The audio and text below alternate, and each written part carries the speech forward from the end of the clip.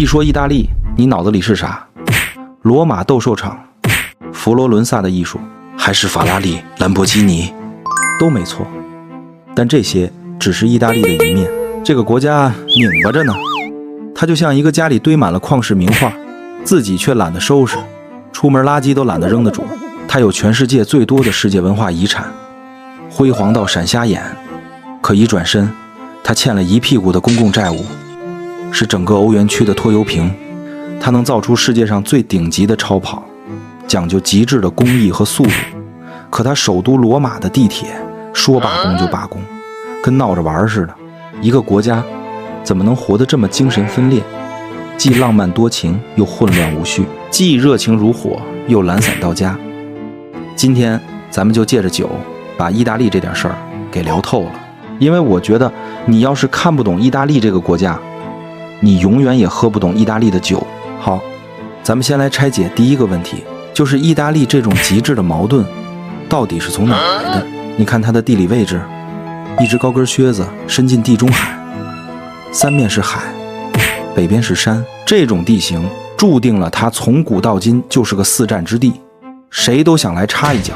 所以它的文化是杂糅的，性格是开放的，但骨子里也缺了点安全感。凡事就讲究个活在当下。北边的米兰都灵靠着欧洲大陆，工业发达，做事儿讲究效率，有点德国人的影子。但你越往南走就越放飞自我。那不勒斯、西西里岛，那真是阳光、沙滩、黑手党，活的那叫一个激情澎湃，也混乱的那叫一个彻底。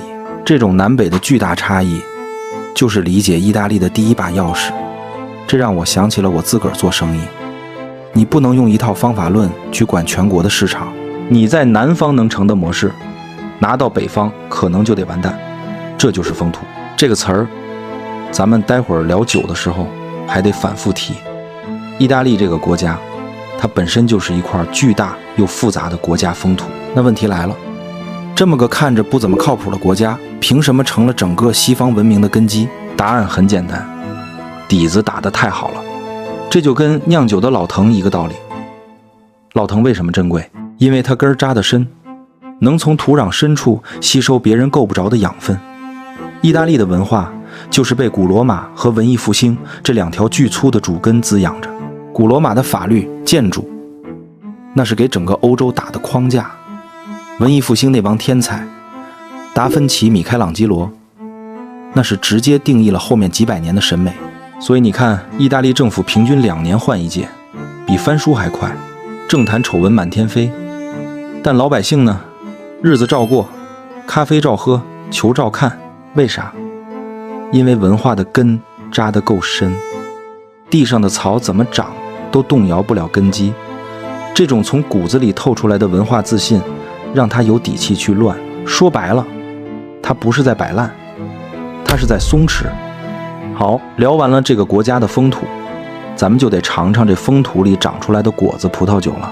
这是看懂意大利最直接也最带劲儿的方式。咱们就从北到南用舌头走一遍。第一站，西北部的皮埃蒙特，这地方紧挨着阿尔卑斯山，气候冷凉，这儿的酒就像北意大利的工业，讲究个结构和规矩。代表就是内比奥罗这个品种酿出来的巴罗洛和巴巴莱斯科，人称意大利的酒王和酒后。这酒有个特点，颜色瞅着挺浅，跟个林妹妹似的，结果一入口，那单宁和酸度，嚯，能把你牙给涩紧了。香气呢，经典的比喻是柏油和玫瑰。你想想，又硬核又浪漫，多分裂。喝巴罗洛，你不能急，得醒。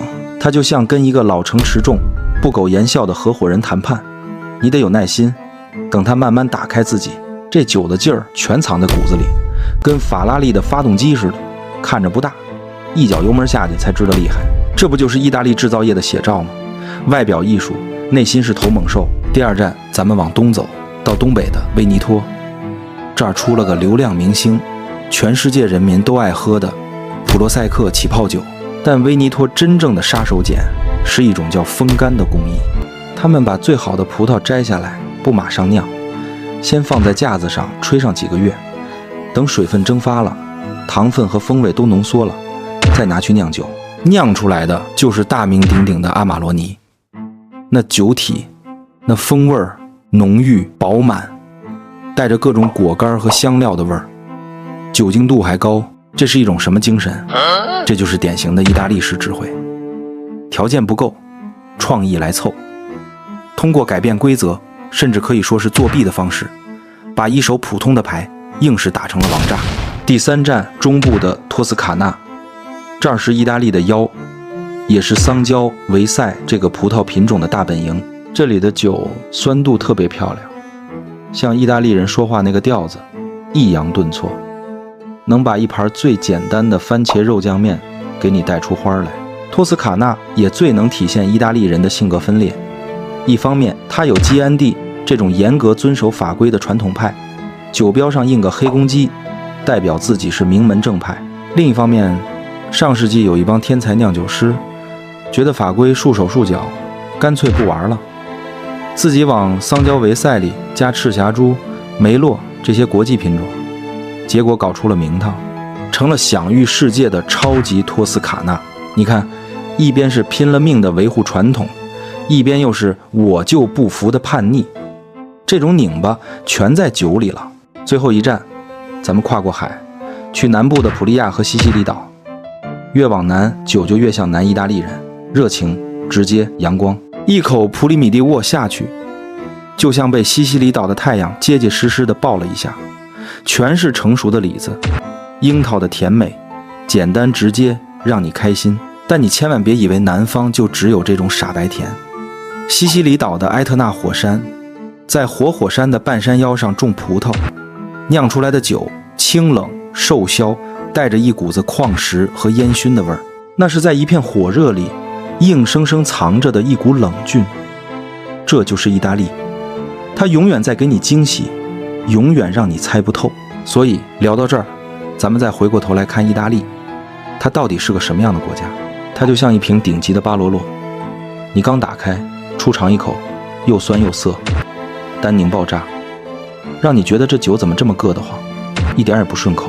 但你给它点时间，让它在杯子里慢慢醒开，过个1-2个小时，你再闻玫瑰、甘草、皮革、柏油的香气，一层一层的往外冒，复杂的让人着迷。它的混乱、无序和低效，就是那口又酸又涩的单宁。而它的艺术、文化和创造力，就是那些醒开之后一层层绽放的复杂香气。你必须连着它的缺点一起品，才能尝到它真正的那个味儿。只爱它光鲜亮丽的那一面，却抱怨它的混乱，那不叫懂它，那叫叶公好龙。